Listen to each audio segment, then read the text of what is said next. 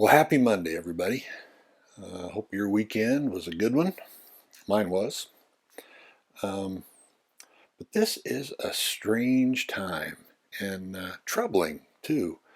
We're still facing the coronavirus pandemic, which is how I got to doing these first pages readings in the first place, being in lockdown.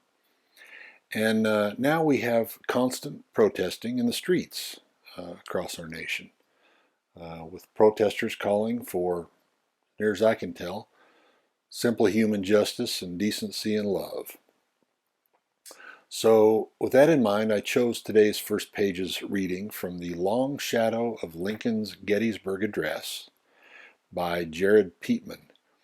It opens with the story of the visit by Secretary of State Dean Rusk to Gettysburg, Pennsylvania on November 17th, 1963, just 5 days before JFK would be gunned down in Dallas, Texas.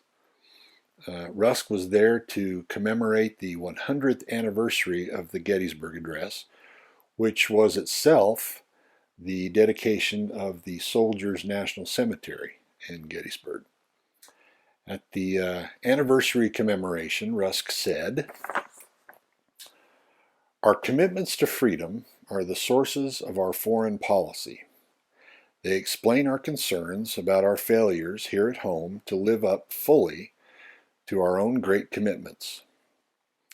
We will not be at ease until every one of our own citizens enjoys in full the rights pledged by the Declaration of Independence and our Constitution. As to how those commitments were known abroad," Rusk continued, "the central commitments of the American experiment are probably known to more people in other lands through the words of the Gettysburg Address than through those of the Declaration of Independence." Reflecting on why that particular speech held such a position, Rusk stated, "What makes it great and enduring is the simple eloquence with which it restates the ideas to which this nation is dedicated. Liberty, the proposition that all men are created equal, government of the people, by the people, for the people." Finally, after a century, the majority of the nation had accepted Lincoln's complete message in the Gettysburg Address. Well, I goofed up reading it, so I'm going to have to do it again. "Fourscore and 7 years ago, our fathers brought forth on this continent a new nation, conceived in liberty and dedicated to the proposition that all men are created equal. Now we are engaged in a great civil war, testing whether that nation, or any nation so conceived and so dedicated, can long endure. We are met on a great battlefield of that war. We have come to dedicate a portion of that field as a final resting place for those who here gave their lives that that nation might live. It is altogether fitting and proper that we should do this. But in a larger sense, we cannot dedicate, we cannot consecrate, we cannot hallow this ground.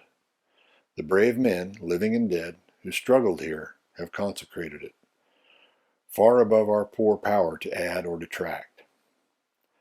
The world will little note nor long remember what we say here, but it can never forget what they did here. It is for us, the living, rather, to be dedicated here to the unfinished work which they who fought here have thus far so nobly advanced. It is rather for us to be here dedicated to the great task remaining before us, that from these honored dead we take increased devotion to that cause for which they gave the last full measure of devotion. That we here highly resolve that these dead shall not have died in vain, that this nation, under God, shall have a new birth of freedom, and that government of the people, by the people, for the people, shall not perish from the earth."